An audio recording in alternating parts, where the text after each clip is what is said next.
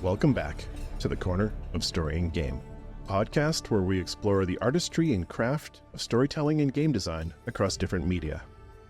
I'm your host, Gerald Ford, and today I am thrilled to welcome back to the show Cam Baity. Cam is a seasoned writer with a diverse background in animation, television, and video games. He has 2 Emmy Awards and has experience working on projects like Team America and SpongeBob SquarePants.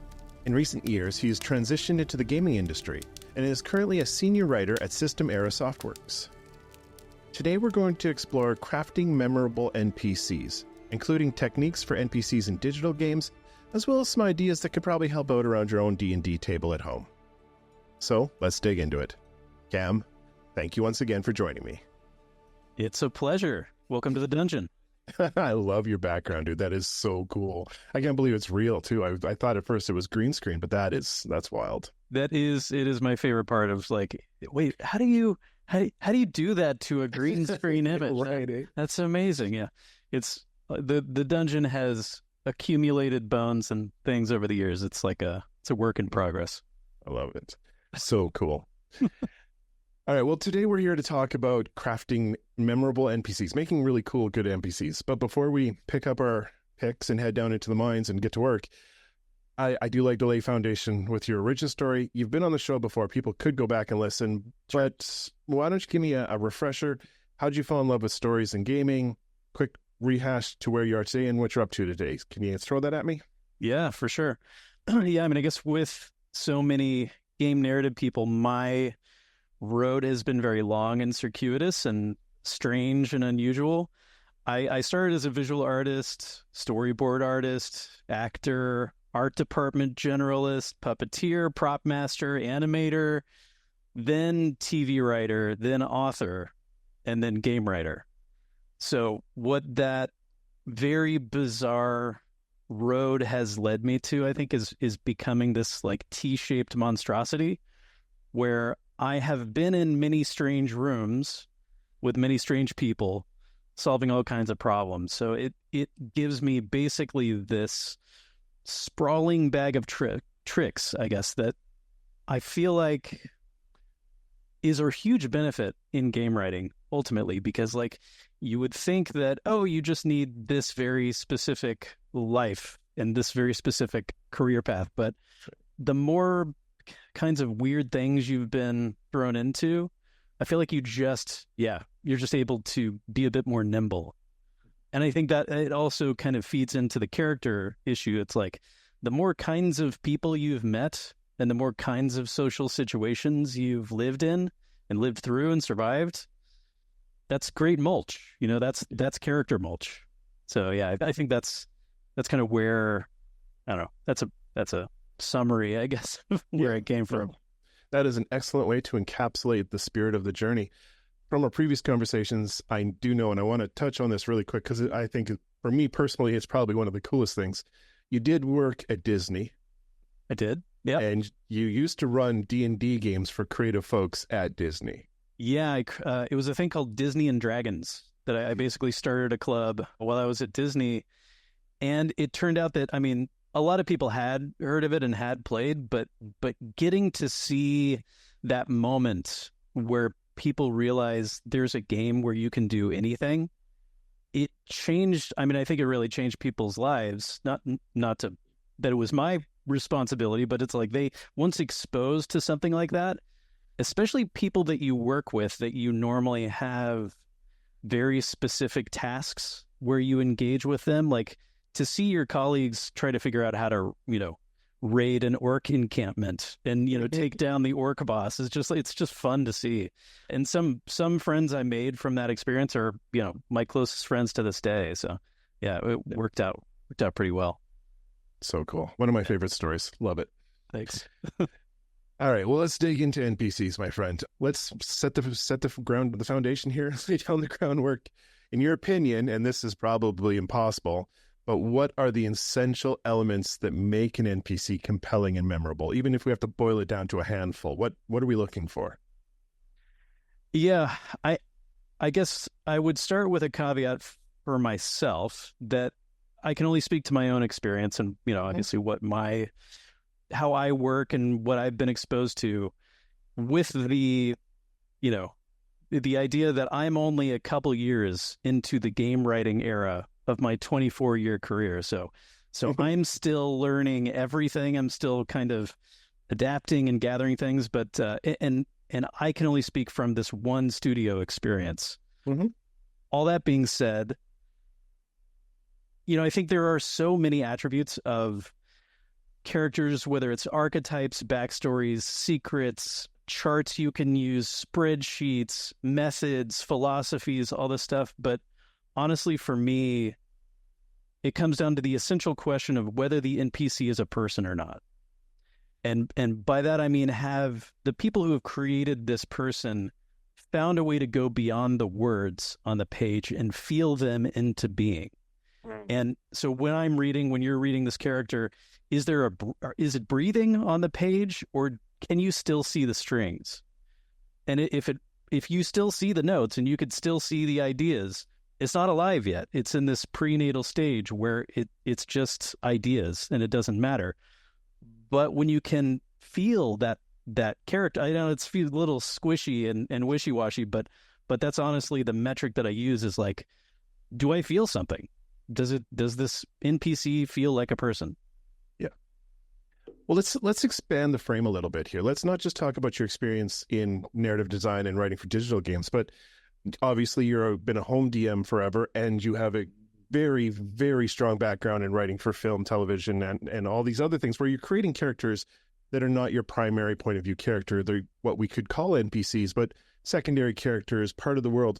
Let's use that whole thing as a framework, not just the experience in digital games. And I guess to bring it kind of a little more into focus, how do you give depth and personality? How do you bring those characters to life off the page from a set of stats or a note in a script that this person walks through the scene? How do you add more to those non-point of view characters? Yeah, I mean, it's funny because there's so many methods and workshops and things that are overpriced, overinflated, tools that people tell you are going to, help you learn how to discover what flavor of toothpaste a character uses and stuff. And and honestly, a lot of them are worth experimenting in, and I've certainly, tinkered with those little tools, but I feel like once you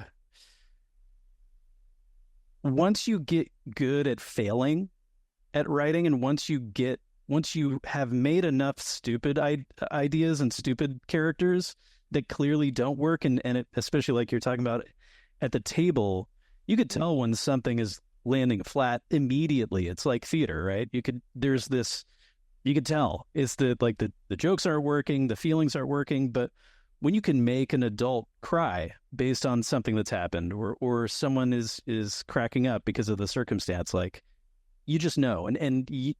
So I would, again, it sounds wishy-washy, but I do think it's true. Like, you just have to trust your instincts, and you get good instincts by sucking.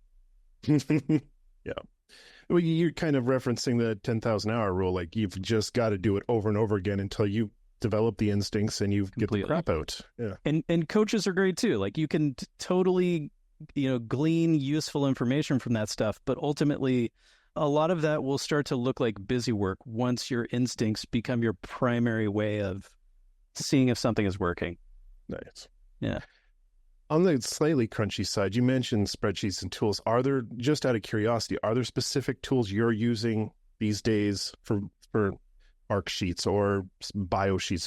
I'm just curious, is there specific tools that you like that work, or? Not really. I mean, I build biographies for sure. Like, I find that to be a really useful way to, especially like in my case. So I'm working at System Era. I'm a senior writer at System Era. We made a game called Astroneer that has our first DLC, Glitchwalkers, is coming out this Wednesday, which is very exciting. It will be my first shipped content as a game writer. For that, it's different when you're making characters for yourself compared to existing lore. Like, when you're stepping into someone else's IP and pre-existing world, there's a lot of understanding you have to do to make the in-game world instinctual for yourself.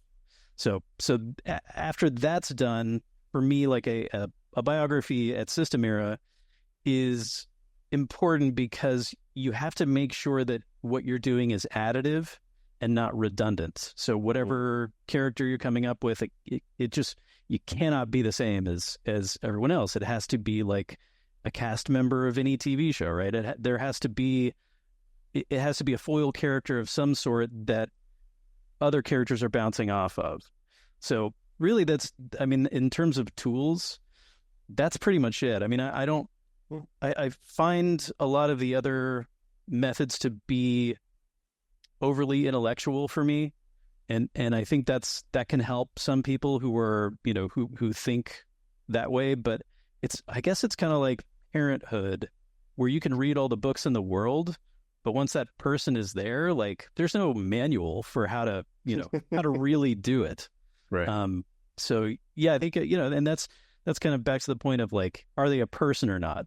People aren't spreadsheets. People aren't scientific methods. People are unpredictable and they make mistakes and they're beautiful in ways and ugly in ways. And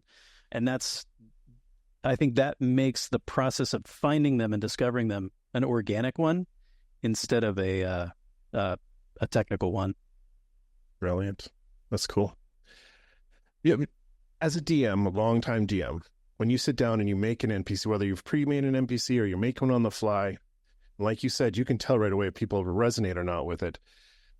But you do also learn along the way, this NPC needs to be a name, a job title, and nothing more, like bartender. Sometimes you need NPCs that are integral to the story, whether it's a player character's parent or it's a mentor or the villain. How, in digital games, how do you craft NPCs when they're necessary to be at this level that enhance that player experience, engage with the player in an interactive medium like that? What makes them different than those just background characters?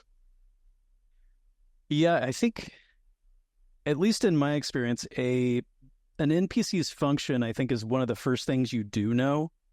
Like, you get the direction that the player needs to talk to for this scene, or a best friend, or whatever it is. So the function is typically the where you start.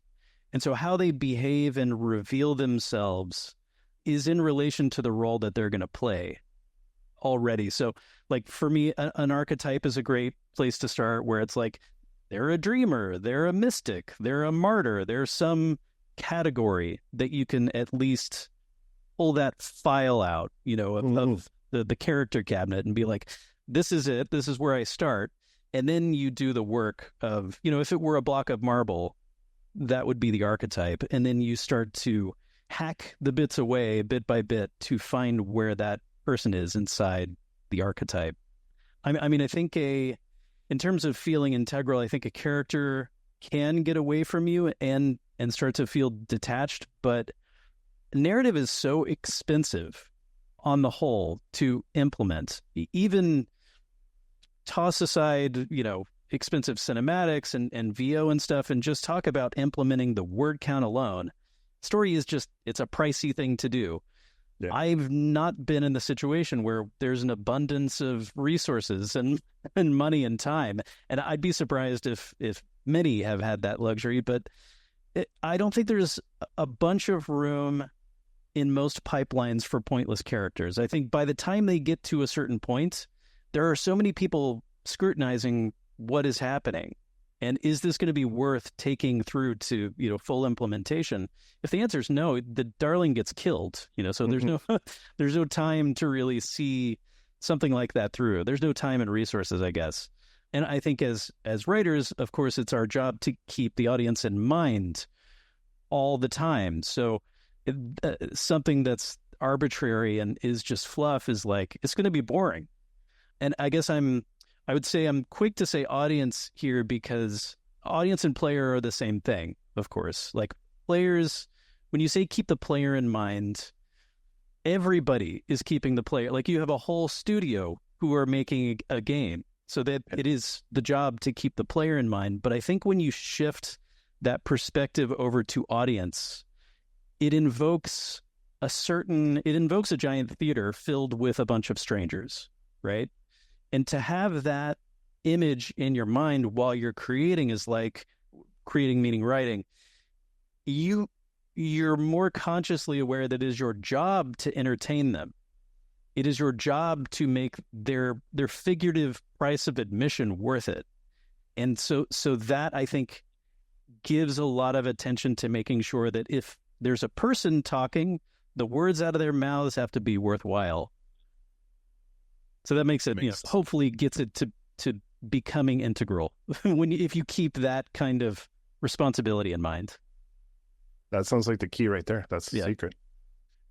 On the flip side, from NPCs that are boring or not worth the resources, I know it's a problem when you're like a new DM the first few years. You create an NPC that can override the story, can become more important than the players, and we all hear stories about those. Is that an issue when you're writing for a digital game? Is there a moment where you have to pull yourself back and say, okay, this NPC is too cool?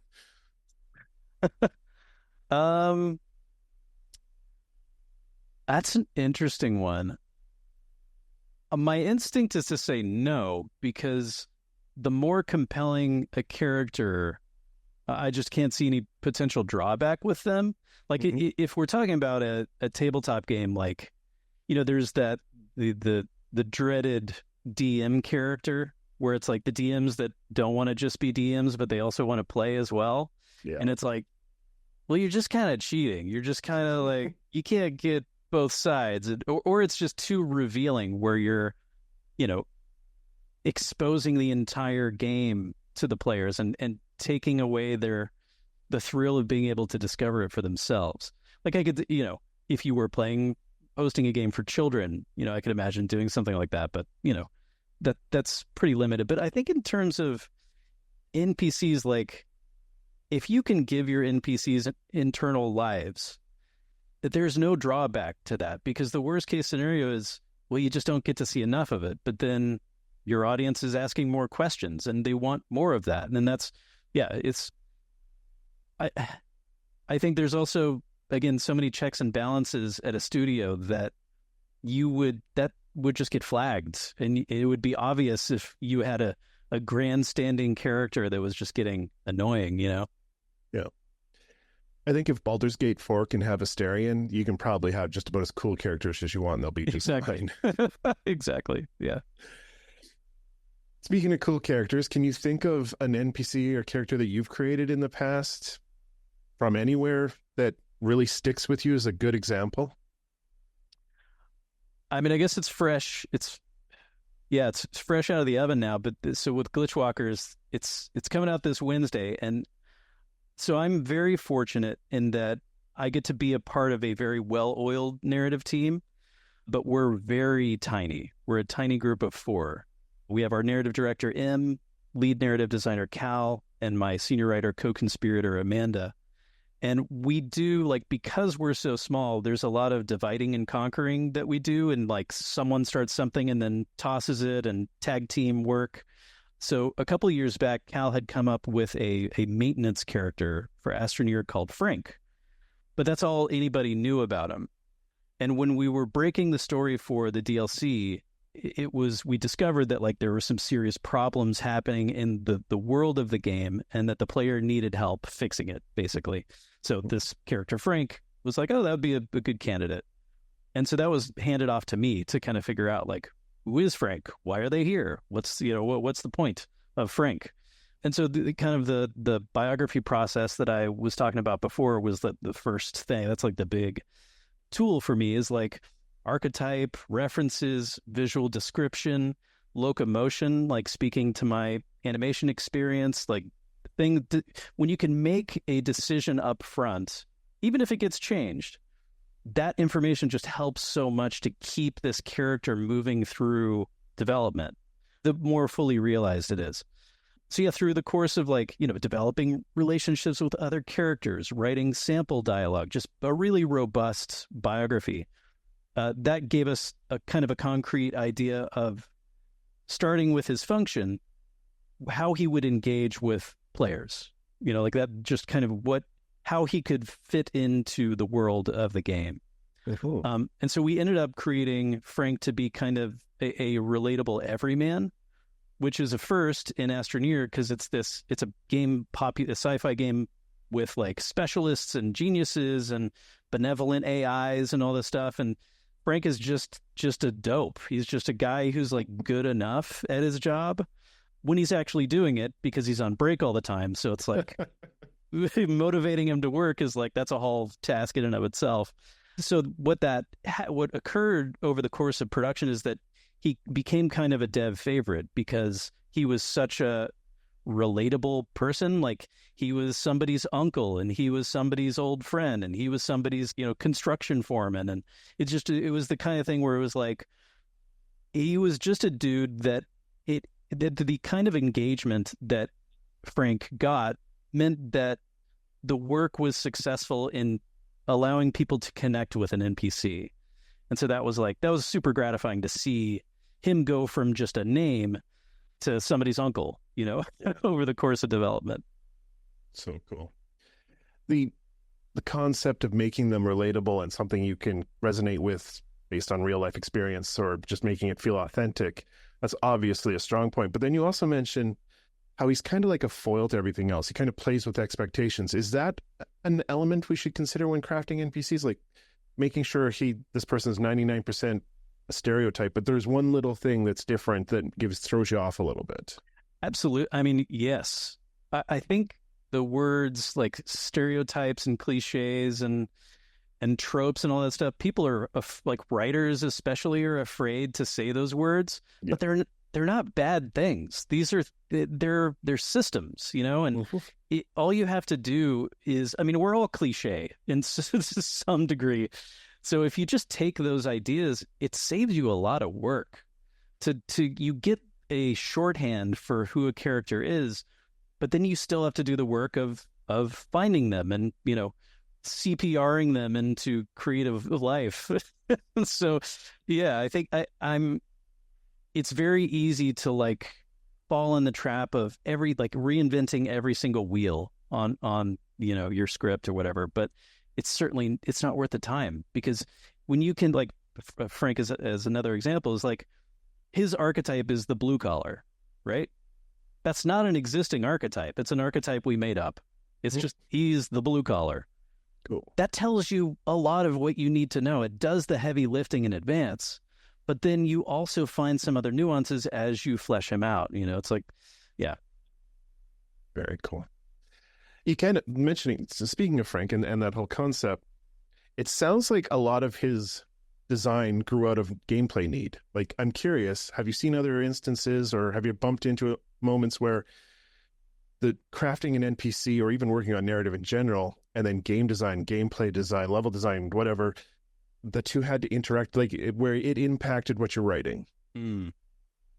Yeah, I mean, I don't think it's hard to forget, but one forgets from time to time that the product you're making is a game, right? Yeah. So as a game writer, there is no narrative without gameplay. It is the way in which you engage with the medium. It would be like trying to watch a movie without a screen. Like it turns it into it would be a stage play, or it would be a podcast. It would be something different. So it's not possible without the gameplay. So yes, you have to be aware of the gameplay at all times and do everything you can to work with it. All that being said, like when you're working in a studio, you're one of many pieces of the puzzle. So you are a team, which means you're a relationship. You're a process. You're not you're not a static component to this. It's a relationship. So like there may be something that you come up with that a designer responds to and says, oh, that's cool. It could be something like this. And then that gets implemented in a certain way. Or conversely, something you wrote is obviously impossible to engineer and makes no sense. So you get rid of it. Or your art team has an idea about something that you came up with, and it goes back and forth until you create something together. Like there are so many opportunities to interchange and exchange ideas with your studio that I think gameplay is never lost on anyone during the process. And that's because of this interconnected mechanism of development, right?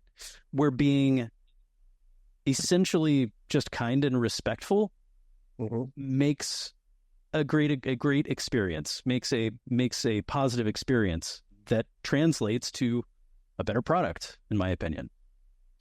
So you mentioned working with other teams. I guess I'm curious, when it comes to actually specifically crafting NPCs, are there opportunities or are there challenges to collaborating with different disciplines? I mean, I think the challenge depends on the team, right? So if you have a situation where the relationships are kind of open and communication is clear and direction is clear, that is the ideal situation. And again, I'm kind of fortunate in that regard, is like, that's my experience. So for example, like there's an antagonist also in, I'm going to just speak about Glitchwalkers because that's baby's first shippable right there. Amanda, who's my colleague, senior writer colleague, when we were building the antagonist, that was just an exchange. It was we knew that there had to be an antagonist. It was a character we were coming up with from scratch. So it was a series of conversations. It was, what would be exciting for me if I was in this game? What would be exciting for you? What's in the middle? What's something we haven't seen before? What's something that this game hasn't seen before? Like, so it became such an easy process, which is why I say I think it's entirely relationship based. But when you have, I mean, it's like a TV writer's room. When you're sitting with 10 people and just banging ideas out, and the ideas are free flowing and every pitch is heard, not all are great, and it's just like a rapid fire collaboration, you get work done. You just you bang it out and you get it done.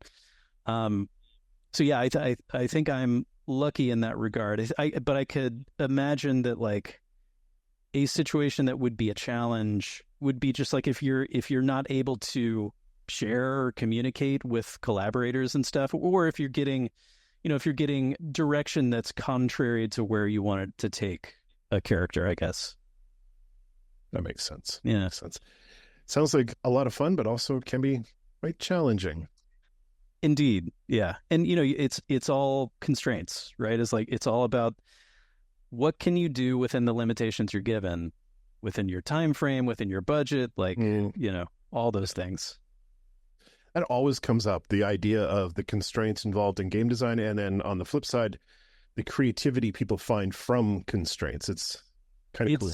I think you're absolutely right. I think if you don't have constraints, it's like not having rules to a game. It's like you just lose. You could so easily lose your way. We find, we're creative problem solvers. So when we're given limitations, that's the fun part, I think, is like, yeah. Amen. Cool.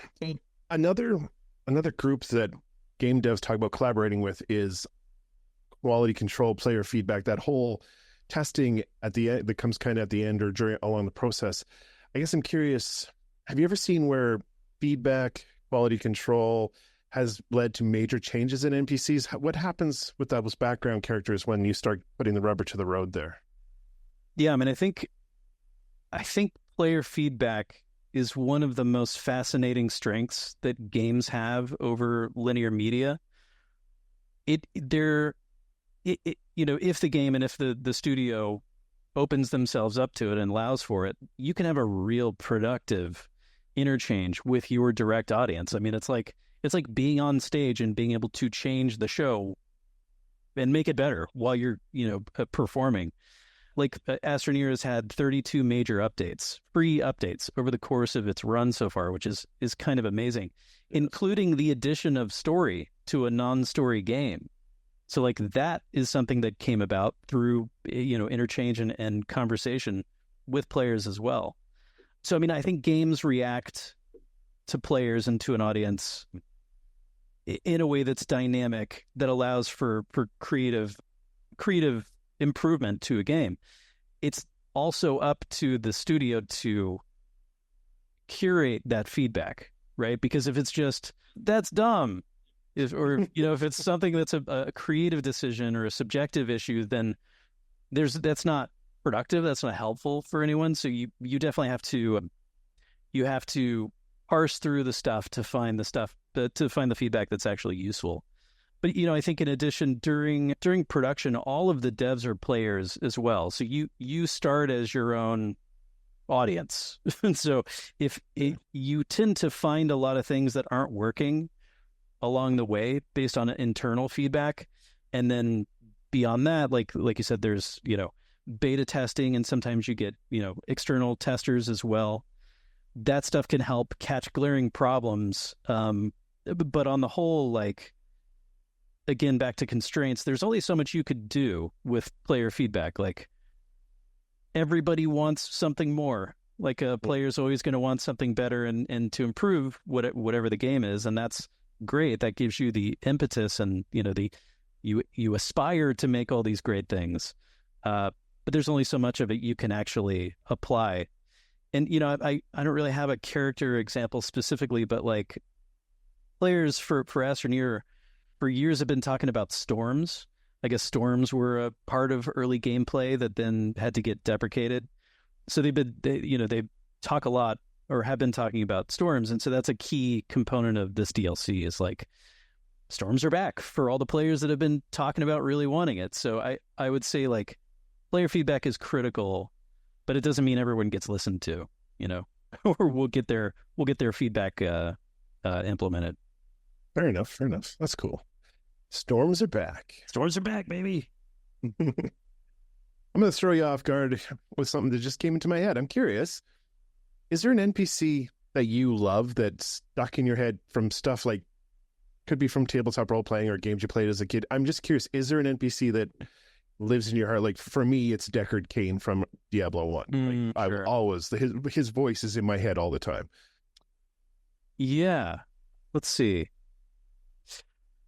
I guess I would say Strahd, Count Strahd might be one that lives forever, and it's only because I'm a big Ravenloft fan from back in the day, and over the course of learning Strahd and running games with Strahd, he's turned into almost like a demigod in our games. He's taken on a kind of a whole new life of his own, to where my players like are actually afraid of him, which is when you can instill fear, just invoke fear through a name, because of all of that, the weight and the baggage and everything that a player has endured over time because of your horrible machinations and everything you've made them endure. That's very gratifying, to see fear and tears and feed on them from all of your players and dear friends. Feed on their tears. Oh boy. You know what that's like. That got dark. Oh, I do. Yeah. But I guess that kind of brings to head one of the keys of making memorable NPCs is a combination of a history, but also the ability to generate emotional responses in the player or audience. Exactly. Yeah. It's that life, that character life that is needed to bring them off the page. Very cool. Well, man, we're going to start. Did my character or my camera just shake? Is that fine? Well, it's fine. I can stabilize it. Add it. What the hell was I going to? Oh, yeah, we're good. Okay. Well, I guess that kind of starts to bring us towards the end of this. So just to put a bow on this conversation about NPCs, if I was to ask you, what is a key takeaway that writers can have for looking for compelling NPCs, whether it's tabletop, digital games, whatever it is you're working in, what would be that one thing? And I think we've probably touched on it a little, but let's just bring it home here. Does it have to be one? Can another rambling string of ideas that may or may not have any cohesion? Please. Okay, great. Create people and destroy people. It is the best way to learn how to build them again. Study people, study characters in all forms of media. Live around humans.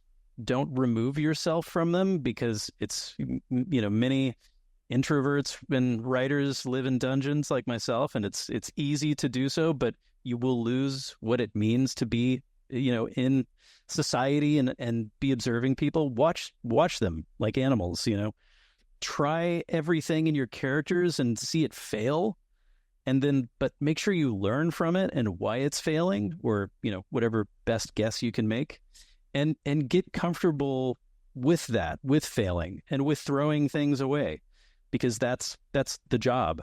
You have to have a thick armor in order to do any kind of writing, much less professional writing.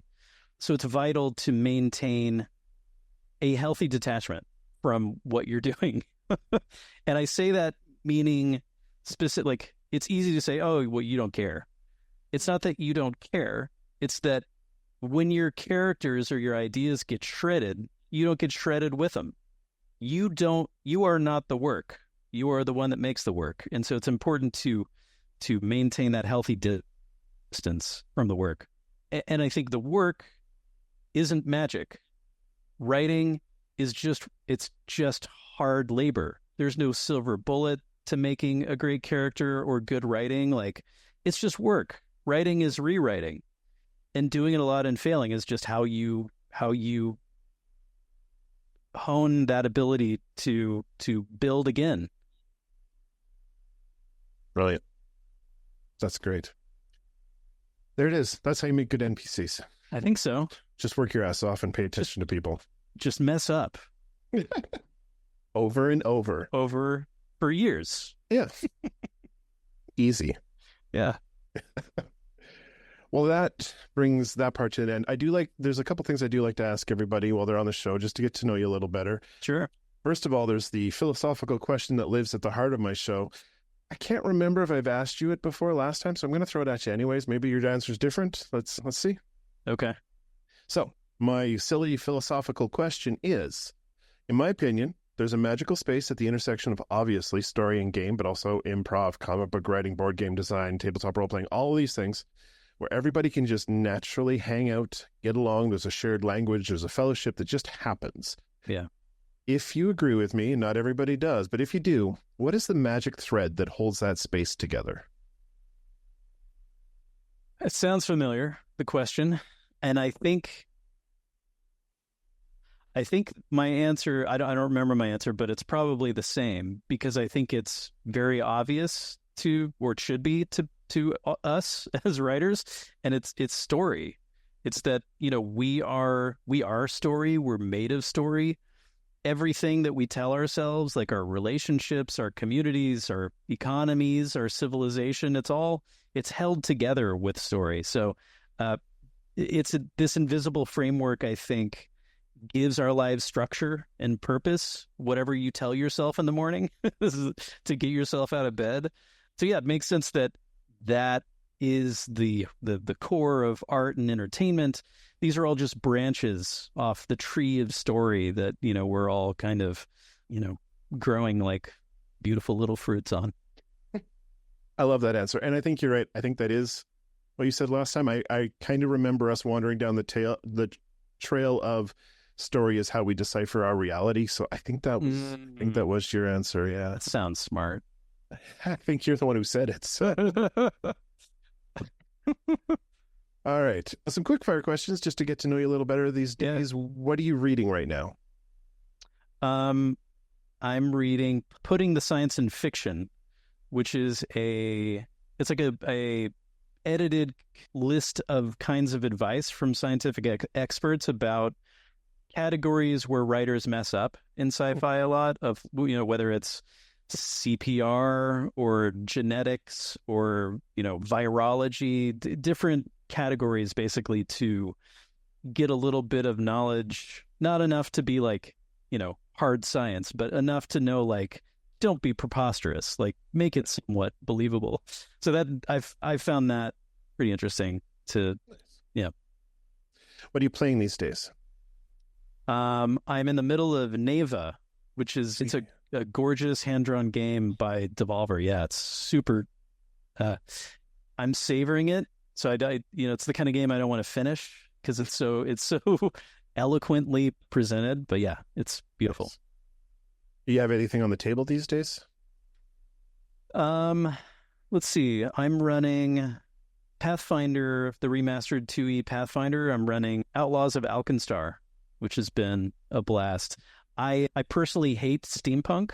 That's a world that I really have no interest in, like goggles on top of top hats. Like, give me a break. I'm trying to take a steampunk adventure path and turn it into something that I and my players can both enjoy. That's been a cool challenge. Also, Shadowdark. Highly recommend Shadowdark. It's a really beautifully condensed version of 5e that feels like 1e D&D. Yeah, it's really beautifully presented. Cool. I will have to check that out. Okay, last quickfire. This is the hard one. If your essence was perfectly distilled down, so we had the absolute essence of who Cam is, and then that was injected into a game, be it a tabletop role-playing, digital game, whatever, A, what would the game or world be?